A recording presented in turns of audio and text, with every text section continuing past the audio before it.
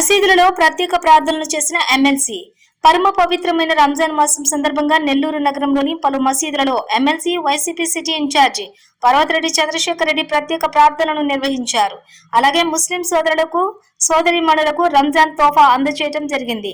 ఈ సందర్భంగా ఎమ్మెల్సీ చంద్రశేఖర్ రెడ్డిని వెంకటేశ్వరపురం, భగత్ సింగ్ కాలనీ తదితర ఏరియాల్లోని ముస్లిం సోదరులు ఘనంగా సన్మానించారు. నెల్లూరు నగరంలో దాదాపు 50,000 మందికి పైగా ముస్లిం సోదరులు ఉన్నారని, వాళ్ల మనసు వెన్నలాంటిదని చంద్రశేఖర్ రెడ్డి అన్నారు. ముస్లిం సోదరుల అభిమానం, ఆప్యాయత చూస్తూ ఉంటే మనసుకు చాలా ఆనందంగా ఉందన్నారు. ముస్లిం సోదరులకు తన వంతు సహాయ సహకారాలు ఎప్పుడూ ఉంటాయని ఈ సందర్భంగా MLC YCP city incharge Parvathareddy Chandrasekhar Reddy మీడియాతో అన్నారు.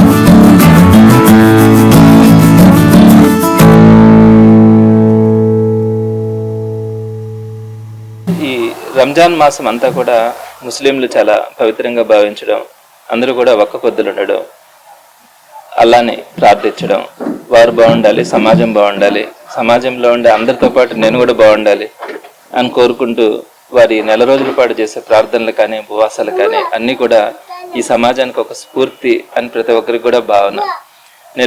నెల్లూరు నగరంలో ప్రధానంగా మైనారిటీ సోదరులు చాలా మంది ఉన్నారు. సుమారుగా 50,000 మందికి పైగా కూడా ఉన్నారు, పెద్ద జనాభా. అందులో వెంకటేశ్వరం అనేది ప్రధానమైనది. ఇక్కడ ఆల్మోస్ట్ ఎక్కువ భాగం మైనారిటీలు అందరూ ఉంటారు. చాలా పవిత్రంగా ఈ రంజాన్ మాసాన్ని అంతటినీ కూడా వీరందరూ కూడా భక్తి శ్రద్ధలతో జరుపుకోవడం చాలా సంతోషంగా కూడా అనిపిస్తుంది. నేను గత కొద్ది రోజులుగా వీరందరితో పాటు కలిసి వీరందరూ చేసే కార్యక్రమాల్లో పాల్గొనడం, వారందరి యొక్క భావాలు కానీ, వారందరూ ఆలోచన విధానం కానీ, అంటే సేవాగుణం, క్షమాగుణం, 10 మందికి సహాయం చేయాలనే ఒక మంచి ఆలోచనతో వాళ్ళందరూ కూడా ఈ కార్యక్రమాలు చేయడం నాకు చాలా ఆనందంగా కూడా ఉంటుంది.